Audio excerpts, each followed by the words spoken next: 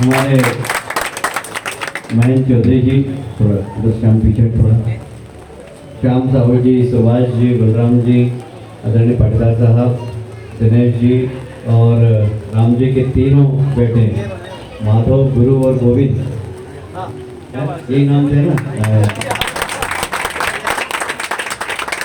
उपस्थित इस परिवार के सभी स्नेहीजन और मातृशक्ति जो उपस्थित है उन सबको मैं प्रणाम करता हूँ।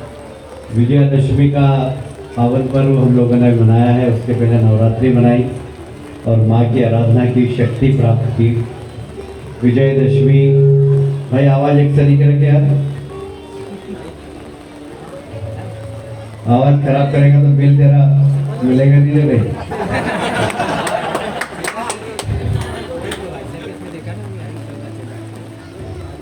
विजयादशमी हमने मनाई इस बात के साथ कि समाज में हम बुराई पे विजय प्राप्त करें और बुराई पे विजय प्राप्त करने के लिए हमारा परिवार, हमारा संगठन काम कर रहा है। नागपुर में हर वर्ष विजयादशमी पे परम पूज्य जी का भाषण होता है। कल उन्होंने बहुत ही प्रेरणादायक उद्बोधन दिया। जिन कार्यकर्ताओं ने नहीं देखा, यूट्यूब पे जरूर सुने।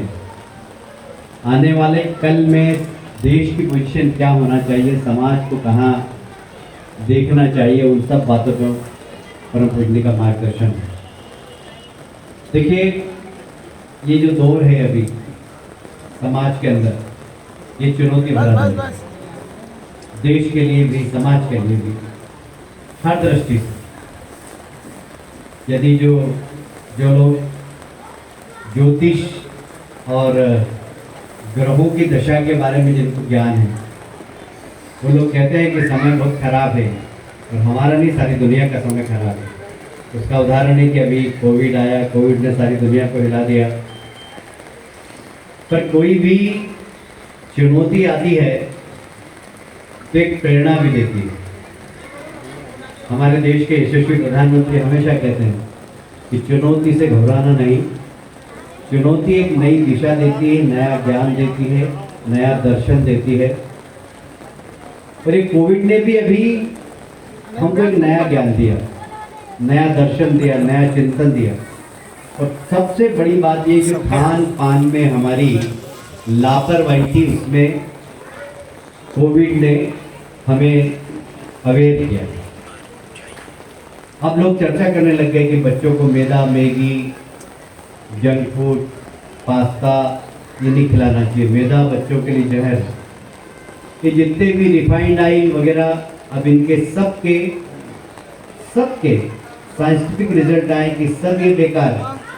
हमारे घर के द्वारा बना हुआ, कूटा हुआ, पिसा हुआ धानी का तेल, यही अब स्वास्थ्य के लिए, यही आप इन सब चुनौतियों का सामना कर सकते हैं।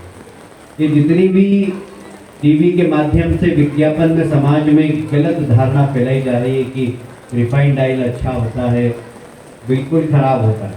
अब सारे वैज्ञानिक तथ्य आ गए। यदि सबसे अच्छा कोई तेल होता है तो वो घानी का ही तेल होता है। और अब लोग समझने लगे।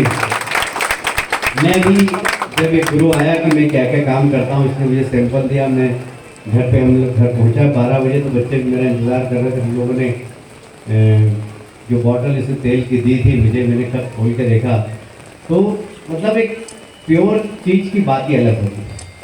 वो हम लोगों की आदत रिफाइंड खाने की और बढ़िया चमकदार डब्बा देखने की आदत होगी, पर उस चमकदार डब्बे में चमकदार माल है कि नहीं ये पता नहीं, क्योंकि हम टीवी में चमकदार देखते हैं, डब्बा चमकदार आ जाता है, पर उसके अंदर क्या है ये हमको नहीं पता होता। हमारे पूर्वज कोई मतलब ना समझ नहीं थे। हमारे यहाँ समाज के अंदर हर चीज, दुनिया के अंदर समाज को किस तरीके से जवाबदार बनाना, ये अगर सामाजिक गठबंधन देखना है तो भारत का इतिहास देखो। किसी भी गांव में चले जाओ, तेली मिलेगा, बढ़ाई मिलेगा, लोहार मिलेगा, तो गांव की सारी व्यवस्थाओं को ठीक करता है। बढ़ाई जितने भी हल को सुधारने का काम करता है, लोहार जितनी भी आवश्यक चीजें हैं, फावड़ा, तगारी, ये सब उपलब्ध कराता है। अब ये काम टाटा करने लग गए तो बेचारे गांव का जो लोहार था वो बेरोजगार हो गया। अब जो गांव का तेली था, जो धानी से तेल बनाता था, वो बेरोजगार हो गया, तेल भी टाटा वाटा बनाने लग गए। तो हमारी सामाजिक व्यवस्था से बहुत फर्क पड़ा, उससे देश की अर्थव्यवस्था को पड़ा। तो गांव के अंदर ही रोजगार था, गांव का रोजगार खत्म होता जा रहा। तो अब हमें वापस अपने पुराने सामाजिक व्यवस्था ध्यान देने की आवश्यकता है। और ये जो नया काम गुरु ने चालू किया है, ये वास्तव में ये पुराने हमारे सामाजिक व्यवस्था का एक बहुत बड़ा हिस्सा है। और समाज में इसमें जागृति भी आ रही। लोग ऑर्गेनिक के बारे में चर्चा कर रहे हैं, अभी बच्चे आए थे, ऑर्गेनिक चाय बना रहे हैं, ऑर्गेनिक सब्जी खेत पर आप लगाइए, वो तो आपको आकर सिर्फ सिखाएंगे और आप काम करिए।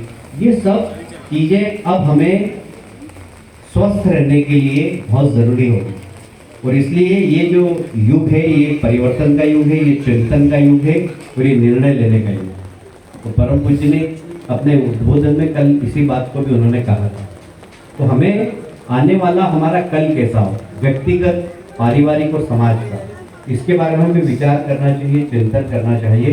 क्योंकि सर्वाइवल ऑफ फिटेस्ट, यदि आप मजबूत होंगे तो इस संघर्ष में जिंदा रहेंगे। नहीं तो बहुत सारे लोग अभी कोविड में हमने हमारे परिजन को खोया है। तो हम यदि ताकतवर रहेंगे आंतरिक रूप से, तो उसमें हमारा खान पान, हमारा प्राणायाम, हमारा एक्सरसाइज, ये बहुत बहुत ज़रूरी है ये सब चीज़ें। तो जो गुरु ने यहाँ पर आज प्रारंभ किया है, उद्घाटन किया है, ऐसा कहते हैं कि किसी भी कार्यक्रम की शुरुआत में इंद्र देवता आ जाए तो समझ लो कि ईश्वर का आशीर्वाद मिल गया है। तो आज इंद्र देवता भी आ गए यहाँ पर। तो दादाजी गलत तो नहीं कर रहा हूँ मैं? पानी बहुत शुभ है, तो आज इंद्र देवता भी आ गए। तो सब शुभ ही शुभ है, आने वाला समय कल भी बहुत शुभ है। और मैं बधाई देता हूँ। यह शुरुआत है आपकी, पर यह नेशनल और इंटरनेशनल जाना चाहिए, इस प्रकार की सोच रखोगे। अभी से हमारा प्रोडक्ट ऑनलाइन, ये जो मल्टीनेशनल कंपनी के यहाँ कैसे पहुँच जाए, अमेज़ॉन में कैसे पहुँच जाए हमारा प्रोडक्ट, इसके बारे में अभी से प्रयास करें। एक अच्छा डिजिटल नेटवर्क बनाएं, उसके माध्यम से हम समाज में हर वर्ग में हमारे प्रोडक्ट को कैसे पहुंचा सकें, उसके लिए प्रयास करें। मुझे उम्मीद है कि आज यह प्रधानमंत्री जी का लोकल और वोकल है, पर यह लोकल, वोकल और इंटरनेशनल बने, ये मेरी शुभकामना है। मैं बहुत मतलब ये मेरी रुचि का विषय है। जब शाम लेके आए इनको तो बोले ये काम कर रहे हैं और ये उद्घाटन कर रहे हैं, उनका बहुत अच्छी बात है। और मैं तो इनका ब्रांड एम्बेसडर बनने को तैयार हूँ। मैं खुद ही प्रचार करना की बात, गुरु के धानी का तेल लो, गुरु के मसाले खाओ। तो मैं बधाई देता हूँ इन बच्चों को, बड़ी अच्छी शुरुआत की है। और निश्चित ही एक दिन ये ब्रांड इस शहर की पहचान बनेगा, प्रदेश की पहचान बनेगा अपनी क्वालिटी के माध्यम से। और एक बात ध्यान रखना, क्वालिटी से कॉम्प्रोमाइज़ मत करना। एक बार कम कमाना, पर नाम जरूर कमाना, नाम अपना खराब नहीं हो इसकी जरूर चिंता करना। बहुत बहुत धन्यवाद। भाई साहब को हम श्योरिटी देना चाहते हैं हमारी तरफ से, ये आपकी बात खाली नहीं जाएगी, बहुत जल्द इंटरनेशनल लेवल तक इसको ले जाएंगे, पूरा प्रयास रहेगा। जैविक खेती के बारे में क्या बोलना आपका, जैविक खेती के बारे में?